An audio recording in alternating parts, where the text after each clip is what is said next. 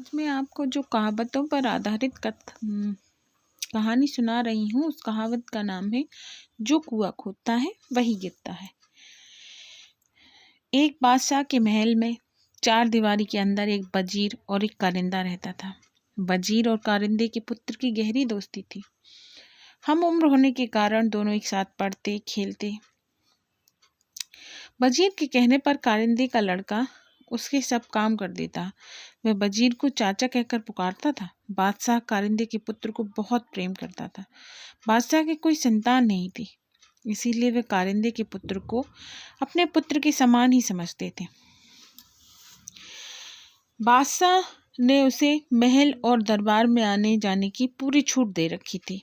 कारिंदे के पुत्र के प्रति बादशाह का प्रेम देखकर वजीर को बहुत ईर्ष्या होती। वजीर चाहता था कि बादशाह केवल उसके पुत्र को ही प्रेम करे। यदि बादशाह उसके पुत्र को गोद ले लिया तो बादशाह की मृत्यु के बाद उसका पुत्र ही राजगद्दी पर बैठेगा। वजीर की इच्छा के विपरीत बादशाह का प्रेम कारिंदे के पुत्र के प्रति बढ़ता गया।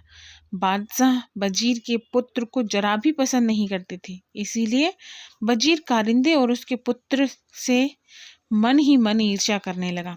वजीर ने कारिंदे के पुत्र को मारने का निश्चय किया। वजीर ने कारिंदे के पुत्र को रुमाल और पैसे देकर गोश्त लाने के लिए कहा। वजीर ने कारिंदे के पुत्र को अच्छी तरह से समझाया कि गोश्त बाजार में गली के नुक्कड़ वाली दुकान से लाना। कारिंदे का बेटा रुमाल और पैसे लेकर बाजार की ओर चल दिया। उसने देखा कि उसका मित्र वजीर का बेटा भी वहां खेल रहा है। वजीर के लड़के ने कारिंदे के पुत्र से कहा कि तुम मेरा दाव खेलो, मैं जाकर गोश्त ले आऊंगा।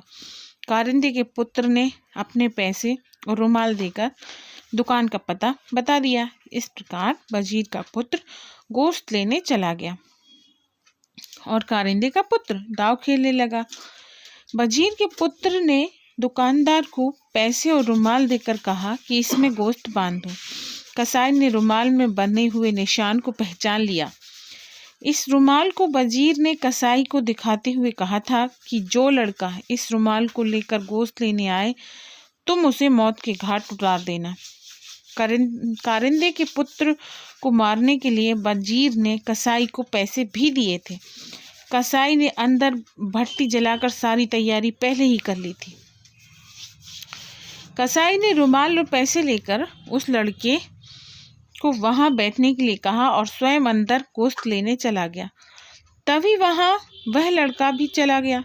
कसाई ने तुरंत उस लड़के को उठाकर जलती हुई भट्टी में झोंक दिया। कारिंदे का पुत्र अपना दाव खेलकर अपने घर जा रहा था। रास्ते में वजीर मिल गया। कारिंदे के पुत्र ने पूछा, चाचा भैया गोश्त ले आया? इतना सुनकर वजीर के पैरों के नीचे की जमीन खिसक गई। तभी कारिंदे के पुत्र ने कहा, चाचा भैया ने मुझसे रुमाल और पैसे ले लिए थे और कहा था कि तुम मेरा दाव खेल लो, मैं गोश्त लेकर घर चला जाऊंगा। मैंने भैया को दुकान का पता भी बता दिया था।